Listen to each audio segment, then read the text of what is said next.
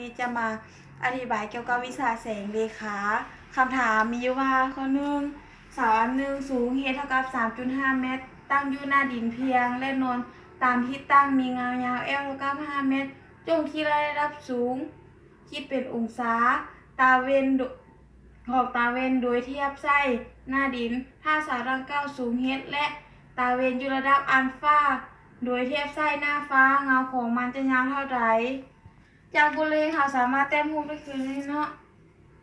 มีเป็นรูปสามเหลี่ยมสร้างจะหมายจุด A จุด B จุด C เพื่อให้สะดวกในการคิดไล่มี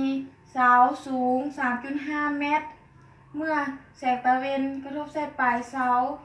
อยู่ระดับหน้าฟ้าจะให้เกิดเป็นเงาอยู่พื้นดินเกิดมีทิศทางของแสงเป็นเงาอยู่พื้นดินเกิดเป็นมุมอัลฟาและมีเงายาวอยู่พื้นดินนั้น L เท่ากับ 5 เมตรมีคือนะข้าง A B เมนข้างติดแปะของมุมอัลฟา B C เมนข้างกงหน้าของมุมอัลฟา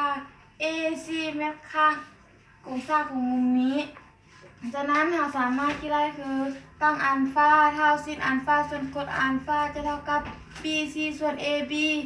จะเท่ากับ H ส่วน L แทนค่าจะได้ 3.5 หาร 5เท่ากับ 0.7 ตั้งอัลฟาจะเท่ากับ 0.7 เท่ากับ 34.99 องศาเทียบเท่ากับ 35 องศาอัลฟาจะเท่ากับ 35 องศาถ้าเราสังเกตถ้าเสาดังกล่าวสูง h ของดวงตาเวนเงาของมันจะยาวเท่าใดเมื่อเราเทียบเส้นหน้าฟ้า